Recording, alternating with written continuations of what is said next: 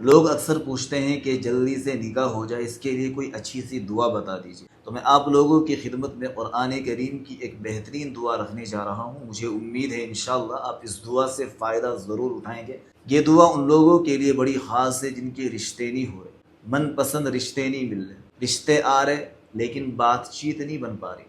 اس دعا کو حضرت موسیٰ علیہ السلام نے پڑھا تھا، اور اللہ تبارک و تعالیٰ نے ان کے نکاح کا بھی انتظام کر دیا تھا، گھر کا بھی انتظام کر دیا تھا، اور دوسرے راستے بھی اللہ نے ان کے لیے آسان کر دیے تھے۔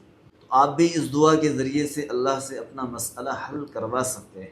کوشش کریں، دل کے یقین کے ساتھ پڑھیں، اور اللہ سے خوب مانگ مانگ کر اس دعا کو پڑھنے کی کوشش کریں۔ نمازوں کا اہتمام کریں، صدقہ دینے کا اہتمام کریں، اور اگر زندگی گناہوں سے گزر رہی ہے، دو چار ہے، اپنے آپ کو گناہوں سے بچانے کی بھی ہر ممکن کوشش کریں۔ آپ کو پڑھنا کیا ہے؟ آپ کو پڑھنا ہے رب انی لما انزلت الی من خیر فقیر۔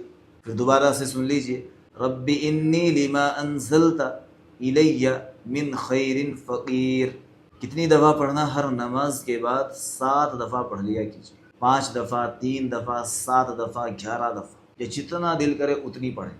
کیا سوچ کر پڑھے؟ یہ سوچ کر پڑھے کہ اے اللہ، تو جو کچھ بھی خیر اپنی طرف سے میرے لیے اتار دے، میں اس کا محتاج ہوں۔ ترجمے اور مفہوم کے ساتھ پڑھیں گے تو جلدی قبول ہوگی انشاءاللہ۔ اس کے ساتھ ساتھ آپ ایک تسبیح اس کی بھی پڑھا کریں، یا جامع، یا جامع، یا جامع۔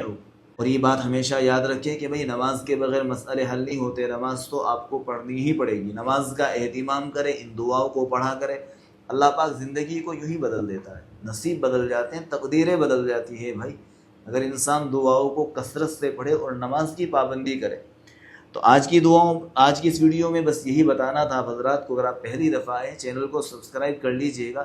ہماری کوشش یہی ہوتی ہے کہ ہم آپ کو دوا بھی بتائیں اور دعا بھی بتائیں، تاکہ آپ کا روحانی اور جسمانی دونوں طریقے سے اچھے سے علاج ہو سکے۔ اللہ سے دعا ہے اللہ آپ کو ہر بیماری سے محفوظ رکھے، چاہے وہ جسمانی ہو یا پھر روحانی ہو۔